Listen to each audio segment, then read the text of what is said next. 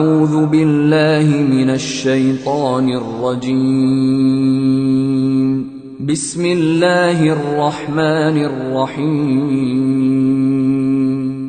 تلک الرسل فضلنا بعضهم على بعض منهم من كلم اللہ ورفع بعضهم درجات۔ السلام علیکم ورحمۃ اللہ وبرکاتہ۔ محترم ناظرین، آج ہم تیسرے پارے پر گفتگو کریں گے۔ اس پارے میں 2 صورتیں آئی ہیں، سورہ بقرہ کا بقیہ حصہ اور سورہ آل عمران کی شروعات۔ ان 2 صورتوں میں اس پارے کے اندر جو موضوعات زیر بحث آئے ہیں ان پر ایک نگاہ ڈالتے ہیں۔ اس پارے کی شروعات اللہ تعالیٰ کی عظمت کے بیان سے ہو رہا ہے۔ مشہور و معروف آیت ہے جسے ہم آیت الکرسی کہتے ہیں، جس میں اللہ تبارک و تعالیٰ کے اسماء حسنہ کا ذکر ہے، اس کی قدرت کا ذکر ہے، اسے نہ اونگ آتی ہے نہ نیند آتی ہے، وہ ساری کائنات کو سنبھالے ہوئے ہے، اس کا ذکر آیا۔ پھر اس کے بعد یہ بحث بھی آئی کہ اللہ تبارک و تعالیٰ پر جو لوگ ایمان لاتے ہیں، اللہ تعالیٰ انہیں اندھیروں سے اجالوں کا سفر آسان کر دیتا ہے۔ یخرجہم من الظلمات الی النور۔ تو ظلمات اور نور اسلام کا ایک بیسک آئیڈیا ہے، اس کا یہ ماننا ہے، قرآن یہ تشریح کرتا ہے کہ اسلام، ایمان، خدا سے وابستگی یہ نور ہے۔ خدا کو فراموش کر دینا، خدا سے دور ہو جانا، نفس کی اتباع کرنا، اپنی من مانی زندگی گزارنا ظلمات ہے، اندھیرا ہے۔ انبیاء اکرام کو بھی اللہ تعالیٰ نے اس لیے بھیجا تاکہ بندوں کو اندھیروں سے نکال کر اجالوں کے راستے پر ڈال دیں۔ پھر اس کے بعد اللہ تبارک و تعالیٰ نے اس میں ایک اور موضوع کو ہمارے سامنے پیش کیا، وہ یہ ہے کہ اندھیروں سے نکالنے اور اجالوں کی طرف انہیں سمت سفر ان کا طے کرنے کے لیے جو طریقہ ہے وہ ڈیبیٹ کا ہے، وہ گفتگو کا ہے۔ اللہ تعالیٰ نے وہاں 3 مثالیں دی۔ حضرت ابراہیم علیہ السلام نے کس طرح سے گفتگو کی بادشاہ کے دربار میں۔ تو ظلمات اور نور کی جو کشمکش ہے، اندھیرے اور اجالے کے درمیان جو کشمکش ہے، اس میں ہر داعی کا کام یہ ہے کہ اخلاص کے ساتھ، خلوص نیت کے ساتھ وہ یہ چاہتا ہے کہ بندگان خدا کے بندے اندھیروں سے نکل جائیں، شیطان کے راستے سے نکل جائیں، نفس کے راستے سے نکل جائیں اور خدا کے راستے کی طرف، نور کی طرف آ جائیں۔ وہ بحث ہے۔ اس کے بعد یہ بتایا گیا کہ دنیا میں اللہ تعالیٰ نے روزی کی تقسیم جس طرح سے کی ہے، اس میں جنہیں زیادہ دیا ہے ان کی ضرورت سے، وہ ان کی دولت نہیں ہے، وہ ان کے پیسے نہیں ہیں، ان کی ضرورت سے زیادہ جو کچھ دیا گیا ہے وہ اللہ تعالیٰ کی دولت ہے، اللہ تعالیٰ کے پیسے ہیں، اور اللہ تعالیٰ جہاں چاہے، جہاں اس نے حکم دیا، جن بندوں پر خرچ کرنے کے لیے اس نے نشاندہی کی، وہاں خرچ کرنا چاہیے۔ تو آئیڈیا آف انفاق پر 3 رکوع میں یہ مضمون آیا ہے۔ اس کے بعد بتایا گیا کہ مسلمان بحیثیت انڈیویجول اور بحیثیت سٹیزن اس کا رویہ کیسے ہوتا ہے۔ وہ خدا سے ڈرنے والا، خدا سے لو لگانے والا، خدا سے دعائیں کرنے والا، سیدھے راستے کی ہدایت طلب کرنے والا وہ ہوتا ہے، اور ہمیشہ وہ اللہ تعالیٰ کے سامنے سبمیشن کرتا ہے، کہتا انت مولانا فانصرنا، اے پروردگار تو ہی ہمارا کارساز ہے، مولا ہے، ہماری نصرت فرما۔ اس کے بعد دوسری سورت سورہ آل عمران شروع ہوتی ہے۔ اس میں سب سے پہلے تو کتاب اللہ کو نازل کرنے کا مقصد اور اس میں محکمات و متشابہات کی گفتگو ہے، اور اس کے بعد اس میں سب سے بڑا مضمون وہ احد کے غزوے کے بعد مسلمانوں کی جو نفسیاتی کیفیت ہو گئی تھی، اس پر اللہ تعالیٰ نے تبصرہ فرمایا اور بتایا کہ کہاں کہاں کمزوریاں سرزد ہوئیں اور کہاں انہیں درست کرنے کی ضرورت ہے۔ اور پھر سورہ آل عمران کا بقیہ حصہ وہ ہے بنی اسرائیل سے گفتگو، ان سے ڈیبیٹ، ان کی غلطیوں کی نشاندہی، انہیں تنبیہ کی گئی۔ اور اس پارے کے اینڈ میں بہت ہی امپورٹنٹ نقطہ جو بیان کیا گیا ہے وہ یہ ہے کہ پلورل لیونگ کے لیے، کمیونٹی لیونگ کے لیے، جہاں اجتماعی زندگی ہوتی ہے، جہاں تکثیری سماج ہوتا ہے، وہاں پلورل لائف گزارنے کے لیے ضروری ہوتا ہے کہ مختلف جو یونٹس ہیں، مذہب کے لحاظ سے، عقیدے کے لحاظ سے، زبان تہذیب کے لحاظ سے، ان سب کے درمیان کچھ کامن چیزوں کو تلاش کرنا چاہیے اور اس کی بنیاد پر زندگی میں کانفرنٹیشن، کنٹرڈکشن، ان سب کو دور کرنا چاہیے، اور باقی ہر کوئی اپنے مذہب پر آزاد ہے، جیسے چاہے عمل کرے، لیکن کچھ بنیادی باتوں کی طرف، کامن باتوں کی طرف دعوت دی جانی چاہیے۔ بنی اسرائیل کے لیے، اہل کتاب کے لیے اس سے زیادہ اور مضبوط بات، اس سے زیادہ کامن انٹرسٹ کی بات، اس سے زیادہ نقطہ اتفاق کیا ہو سکتا ہے کہ اللہ تعالیٰ کی توحید کی طرف انہیں دعوت دی جائے، اس لیے کہ بنی اسرائیل توحید کے علمبردار تھے۔ یہ گفتگو ہم پارہ نمبر 1 میں کر چکے ہیں، اس لیے اللہ کے رسول صلی اللہ علیہ وسلم کی زبان سے یہ بات دہرائی گئی کہ بنی اسرائیل سے، اہل کتاب سے کہا گیا تعالوا الی کلمۃ سواء بیننا وبینکم الا نعبد الا اللہ، اے اہل کتاب آؤ ہم اور تم ایک نقطہ سوا پر، ایک کامن پوائنٹ پر جمع ہو جائیں، اور وہ یہ ہے کہ اللہ کے سوا کسی کی عبادت نہ کریں، اس کے ساتھ کسی کو شریک نہ ٹھہرائیں، اور اربابا من دون اللہ، اللہ کے علاوہ اور بہت سے ارباب اور بہت سے رب اور بہت سے انسانوں کو جو ہم قانون سازی کا حق دے دیتے ہیں، اس سے ہم بچیں۔ یہ گفتگو ہے۔ تو اس طرح سے یہ تمام موضوعات پر مشتمل یہ پارہ ہے۔ اب آتے ہیں ہم اس پارے میں ایک کی انڈرسٹینڈ کرنے کے لیے، وہ ہے محکمات و متشابہات کا علم۔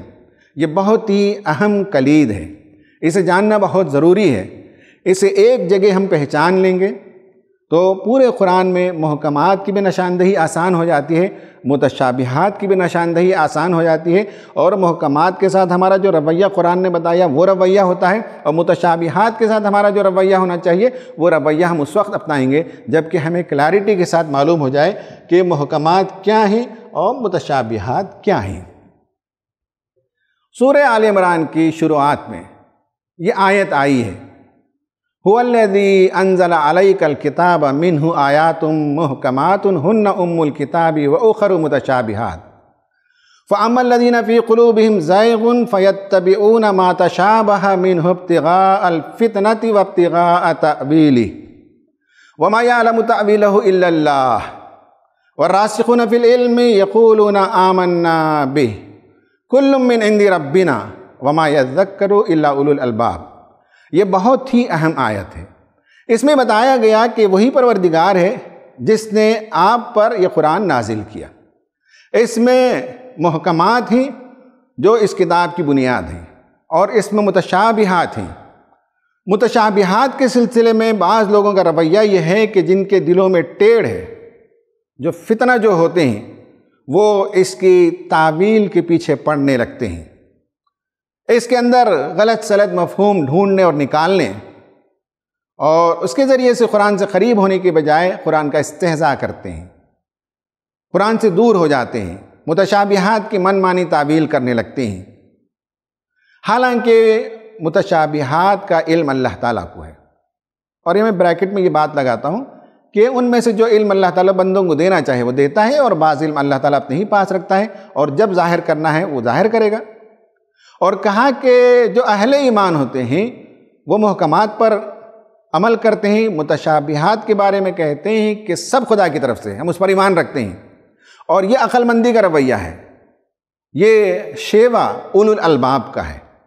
تو ہم اس موضوع پر مولانا محمد عمر اسلم اصلاحی صاحب مدرسۃ الاصلاح کے شیخ التفسیر ہیں، ان سے پوچھتے ہیں کہ محکمات و متشابہات کا علم قرآن کے پڑھنے والوں کے لیے کتنا ضروری ہے۔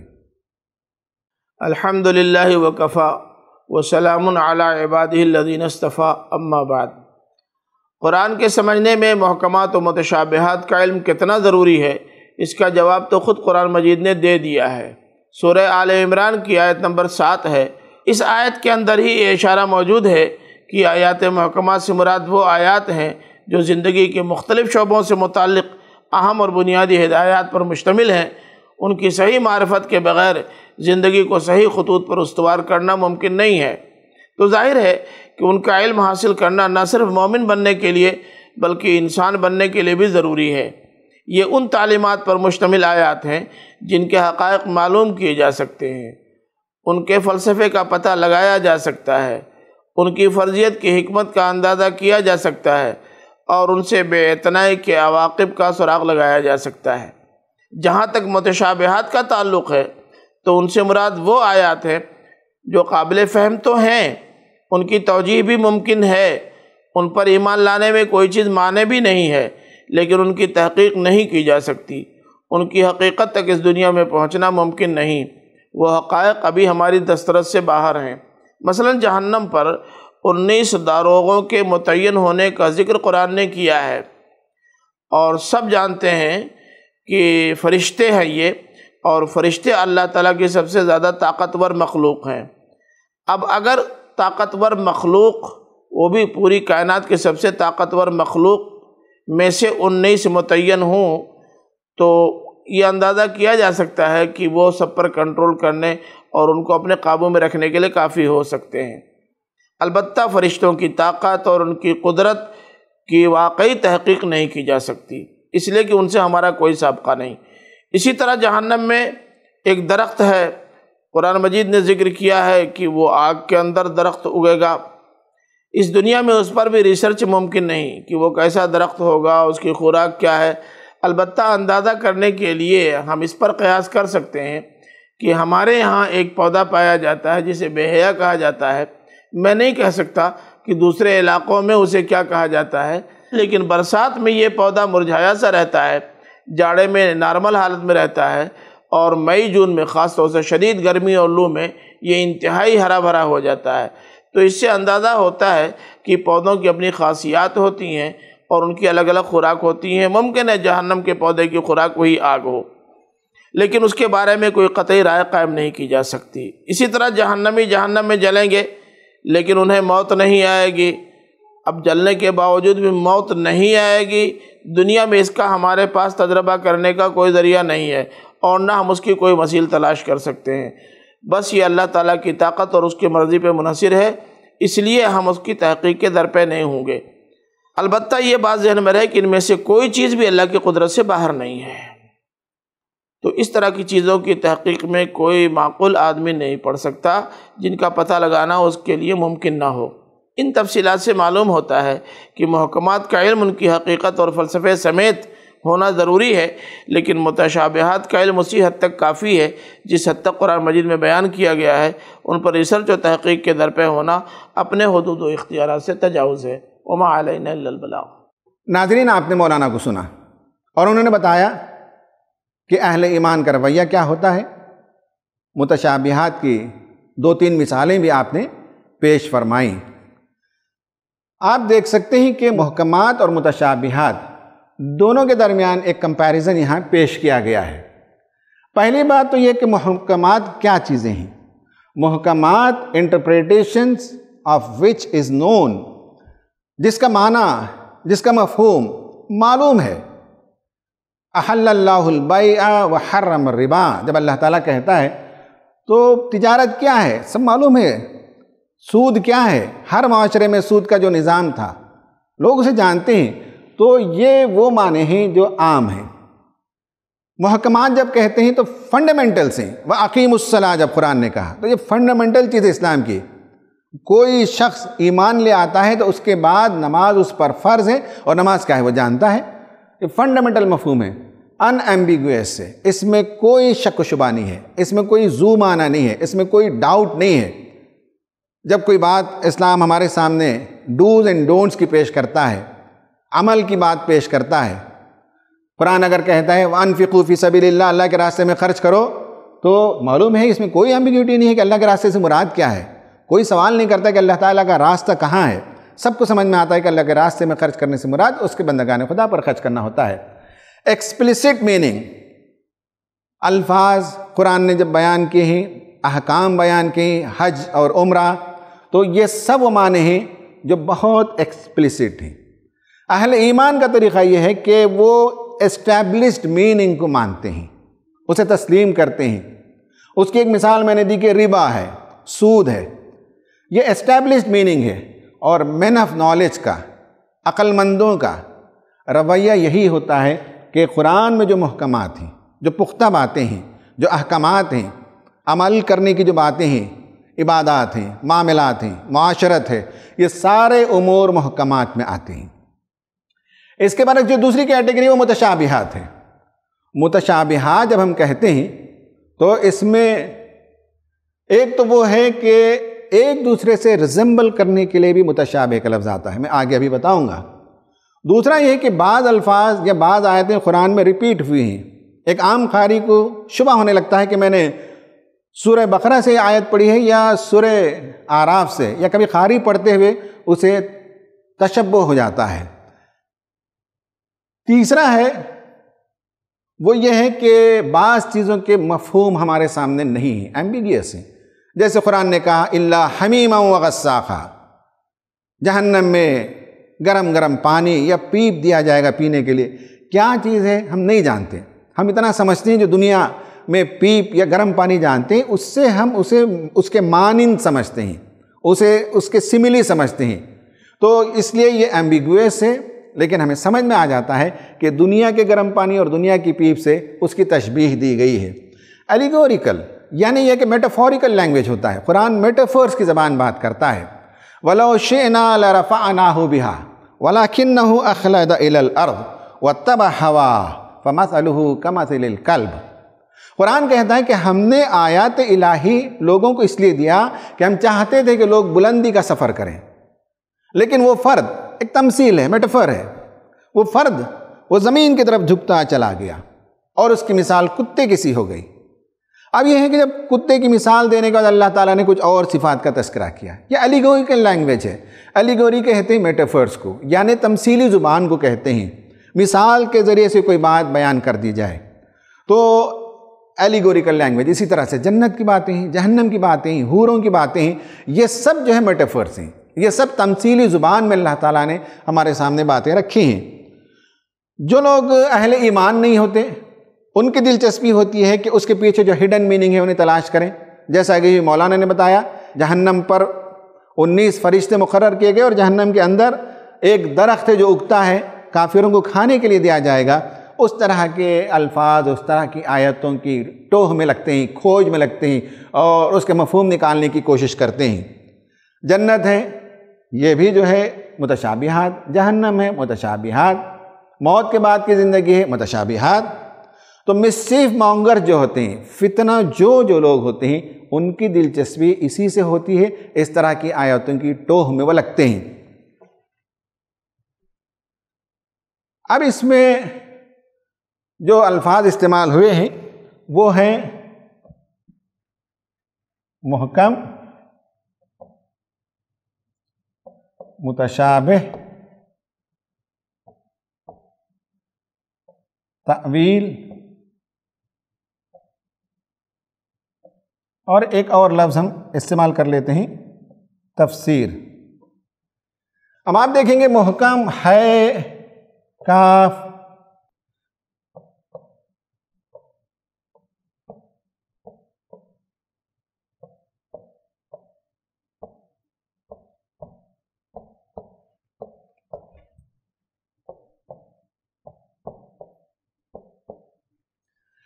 محکم اس کا مادہ ہے کاف میم سے ہے۔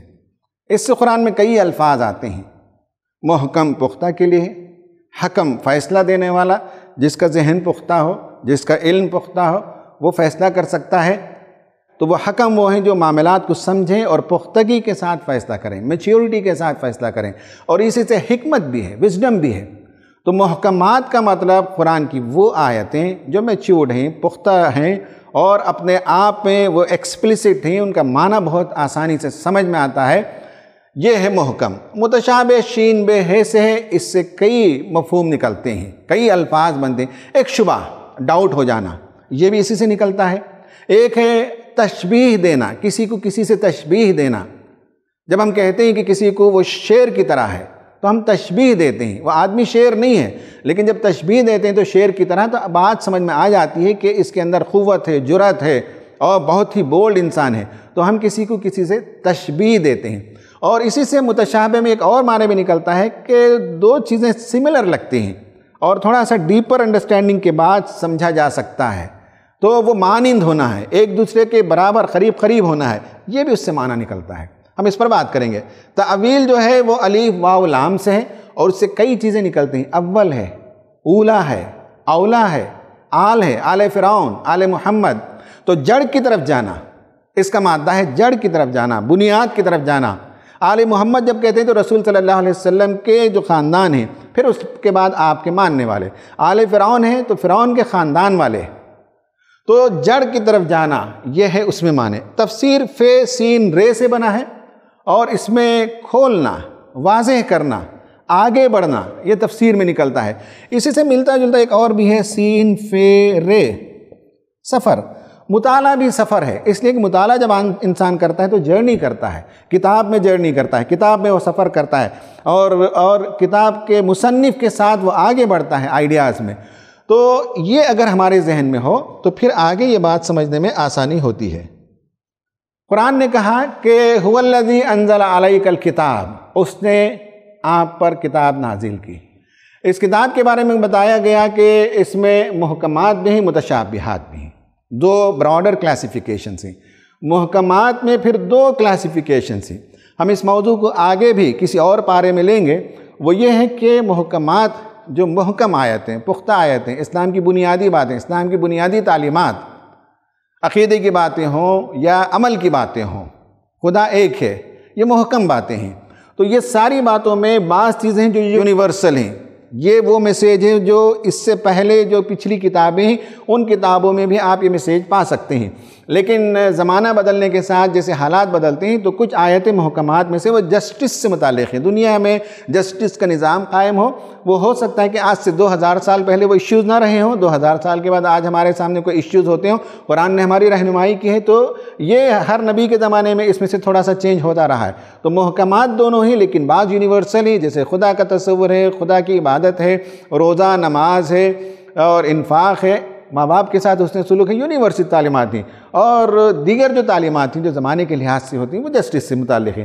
جیسے میں نے یہاں مثال دی ہے، خدا کا تصور اور عبادت کا تصور، یہاں پولیٹیکل ایشوز ہوتے ہیں، سوشل ایشوز ہوتے ہیں، اس میں جو رہنمائی ہمیں ملتی ہے یہ محکمات میں سے ہیں۔ متشابہات اس کے بالمقابل یہ ہے کہ اس میں بھی دو کیٹیگری ہیں۔ ایک متشابہات میں سے وہ ہیں جو پرماننٹ متشابہ ہیں، ایک وہ ہیں جو کسی زمانے میں متشابہ تھی لیکن اب وہ آیت متشابہ نہیں رہی۔ کسی زمانے میں تمثیل سے لوگ اسے سمجھتے تھے، کسی زمانے میں لوگ اس پر یقین رکھتے تھے، لیکن اس کی حیت، اس کی کیفیت، اس کی تفصیلات نہیں جانتے تھے۔ لیکن متشابہات کی آیتوں میں سے بعض آیتیں، ان کا مفہوم آج کھلنے لگا ہے۔ ہم اس کی مثال بتائیں گے۔ جیسے یہ ہے کہ متشابہات میں جو پرماننٹ ہیں وہ ہمیشہ متشابہات رہیں گے، موت کے بعد اس کی حقیقتیں ہمارے سامنے آئیں گے۔ فرشتہ کیا ہوتا ہے، فرشتے کیسے ہوتے ہیں، آخرت کا دن کیا ہے، فیصلے کیسے ہوتے ہیں، نامہ اعمال کیا ہوتا ہے، جنت کیا ہے، جہنم کیا ہے، یہ ساری چیزیں وہ ایسی متشابہات ہیں جن کا علم مرنے کے بعد ہوگا۔ لیکن بعض متشابہات کسی زمانے میں متشابہات تھیں، لیکن آج وہ میٹافوریکل نہیں ہیں، اس میں کوئی ایلیگوری نہیں ہے، اس میں کوئی تمثیلی بات نہیں ہے، آج وہ باتیں سمجھ میں آنے لگتی ہیں۔ مثال کے طور پر میں ایک آیت بتاتا ہوں سورہ یاسین سے، وَكُلٌّ فِي فَلَكٍ يَسْبَحُونَ، قرآن نے کہا۔ اب یہ ہے کہ لوگوں نے یہ سمجھا اس زمانے میں کہ صاحب ہر کوئی جو مدار میں تیر رہا ہے، جتنے سیلیسٹیل باڈیز ہیں، جتنے کرے ہیں، کروں کی تفصیلات نہیں معلوم، ان کا گھومنا نہیں معلوم تھا، بلکہ یہ تو تصور تھا، اس کے بعد بھی اسلام کے آنے کے کئی 100 سال کے بعد بھی یہ تصور تھا کہ زمین ساکت ہے، سورج اس کے اطراف گھومتا ہے، یہی عقیدہ تھا عام لوگوں کا۔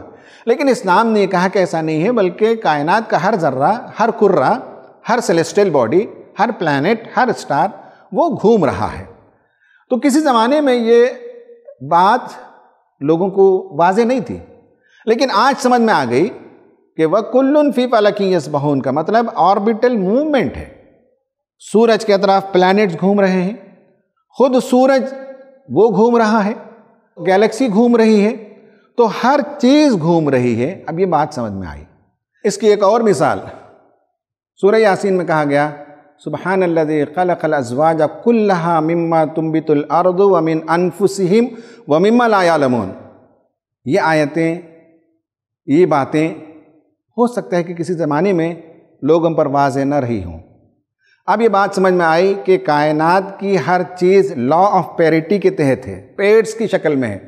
مما تنبت الارض، زمین میں جو تم بوتے ہو، پھولوں میں، پودوں میں، ہر چیز میں میل اینڈ فیمیل کا تصور پایا جاتا ہے۔ وَمِنْ أَنفُسِهِمْ، تمہاری ذات میں، وَمِمَّا لَا يَعْلَمُونَ، بہت سی ایسی چیزیں جن کے بارے میں تمہیں علم نہیں ہے 1400 سال پہلے، لیکن اللہ تعالیٰ نے دھیرے دھیرے اس علم کو انسانوں پر کھول دیا۔ اب یہ معلوم ہوا کہ کائنات میں لا آف پیریٹی یہ ہے، الیکٹریسٹی ہم دیکھتے ہیں تو اس میں پازیٹیو بھی ہے، نیگیٹو وائرنگ بھی ہوتی ہے۔ میگنیٹ لیتے ہیں تو نارتھ پول بھی ہے، اس میں ساؤتھ پول بھی ہے۔ ایٹم لیتے ہیں تو جہاں الیکٹران ہے وہاں پروٹان بھی ہے۔ ایسی بے شمار چیزیں ہیں دنیا میں جس میں اب انسان کو معلوم ہوا کہ پیڑس کی شکل میں ہے یہ۔ تو میرا یہ کہنا ہے کہ متشابہات میں سے بعض متشابہات وہ جو پرماننٹ ہیں اور ہمیشہ وہ متشابہات رہیں گی، اور بعض متشابہات ایسے ہیں کہ زمانہ گزرنے کے ساتھ انسان کو اس کے بارے میں علم حاصل ہو جاتا ہے اور سمجھ میں آنے لگتا ہے۔ وَكُلٌّ فِي فَلَكٍ يَسْبَحُونَ کا ایک مطلب یہ بھی ہے کہ جو ایٹم ہے اس کے اندر الیکٹران گھوم رہے ہیں۔ یہ جو مائکرو کاسموس ہے یہاں بھی آربٹ میں ستارے گھوم رہے ہیں، اور چھوٹی سی جو کائنات ہے مائکرو کاسموس جسے کہتے ہیں اس یونٹ کے اندر، بیسک یونٹ کے اندر، ایٹم کے اندر الیکٹران گھوم رہے ہیں۔ یہ بھی گھوم رہی ہیں، وہ بھی چیزیں گھوم رہی ہیں، ہر جگہ گھومنا ہے، موومنٹ ہے۔ اور وَكُلٌّ فِي فَلَكٍ يَسْبَحُونَ میں ایٹم جتنی تعداد میں اس کے حساب سے اس کا ریزوننس ہوتا ہے، اور ریزوننس کو دیکھ کر کہا جا سکتا ہے کہ یہ ایٹم گولڈ کا ہے، یہ ایٹم سلور کا ہے، یہ ایٹم میگنیشیم کا ہے، اس لیے کہ ان سب کے اندر جو الیکٹران ہیں ان کے نمبرز بھی الگ ہیں، ان کی رفتار بھی الگ ہے، اور اس سے جو گھومتے وقت جو کھڑکھڑاتے ہیں اس کے اندر سے جو ریزوننس ہوتا ہے اس ریزوننس سے بھی اندازہ لگایا جا سکتا ہے کہ یہ کس میٹل کا ایلیمنٹ ہے، کس میٹل کا ایٹم ہے۔ تو اس طرح سے دنیا جیسے تحقیق کرتی ہے، علم کے میدان میں آگے بڑھتی ہے، تو بہت سے متشابہات وہ علم کی روشنی میں آنے لگتے ہیں۔ تو طلبہ کا کام ہے، پڑھنے لکھنے والوں کا کام ہے کہ بعض اس طرح کے امور پر وہ توجہ دیں۔ اس گفتگو کو میں کر چکا، قرآن میں تفسیر کا لفظ ایک ہی مرتبہ آیا ہے، تأویل کا لفظ 17 مرتبہ آیا ہے، اور یہ فے سین رے سے ہے، جرنی اس کا معنی نکلتا ہے اوپن کرنا، ایکسپلین کرنا، کسی چیز کو کھولنا اور کسی چیز پر روشنی ڈالنا۔ عام طور پر ہم کہتے ہیں قرآن کی تفسیر بیان کرنا، حالانکہ قرآن کی تفسیر ایک ہی مرتبہ یہ لفظ استعمال ہوا ہے۔ قرآن کی تعویل کرنا، آیتوں کو اپنے زمانے کے حساب سے میننگ تلاش کرنا، اس کا پرپس تلاش کرنا، اس کی ریالٹی تلاش کرنا، اس آیت سے مراد کیا ہے، اس آیت کی حقیقت کیا ہے، ان الفاظ کے نیچے کیا معنی ہے، ہڈن میننگ کیا ہے، ان بٹوین دا لائنز کیا معنی ہے، روٹ ورڈز کیا ہے، یہ جب آپ تلاش کریں گے تو تعویل ہے۔ تو یہ بیک ٹو روٹس ہے، الفاظ اور آیتوں کو بیک ٹو روٹس لوٹا کر آپ سمجھیں گے تو تعویل ہے۔ تعویل میں ایک تعویل خاص ہے، ایک تعویل عام ہے۔ تعویل خاص جب آیتوں کو پڑھتے ہیں تو مکہ اور مدینہ میں جن لوگوں کے سامنے یہ آیت نازل ہوئی تو اس آیت کا وہ مفہوم تعویل خاص ہے، پھر اسے آپ آؤٹ آف کانٹیکسٹ نکال لیتے ہیں، اور آپ کے کانٹیکسٹ میں آج 21 سینچری میں جیتے ہوئے اس آیت سے ہمارے لیے کیا مفہوم نکلتا ہے، یہ تعویل عام ہے۔ تو اس طرح سے تفسیر، تعویل، محکم، متشابہ، ان چیزوں کا جاننا قرآن کو جاننے کے لیے بہت ضروری ہے۔ یہ ایک مرتبہ ہمیں سمجھ میں آ جائے تو پھر جہاں جہاں ہم قرآن میں ان آیتوں کو انکاؤنٹر کریں گے تو اس کا مفہوم ہم پر بہت آسانی کے ساتھ واضح ہو جائے گا۔ قرآن نے ایک مثال دی ہے تعویل کی۔ حضرت موسیٰ علیہ السلام خضر کے ساتھ گئے، وہ واقعہ ہوا، اور ایک واقعہ یہ ہوا کہ کشتی کو انہوں نے چھید کر دیا، حضرت موسیٰ علیہ السلام نے اعتراض کیا۔ ایک بچے کی موت واقع ہو گئی، حضرت موسیٰ علیہ السلام نے اعتراض کیا۔ ایک جگہ جہاں لوگوں نے مہمان نوازی نہیں کی وہاں بغیر اجرت کے ایک گرتی دیوار کو تھام دیا اور کھڑی کر دیا، تو اس پر بھی حضرت موسیٰ علیہ السلام نے اعتراض کیا۔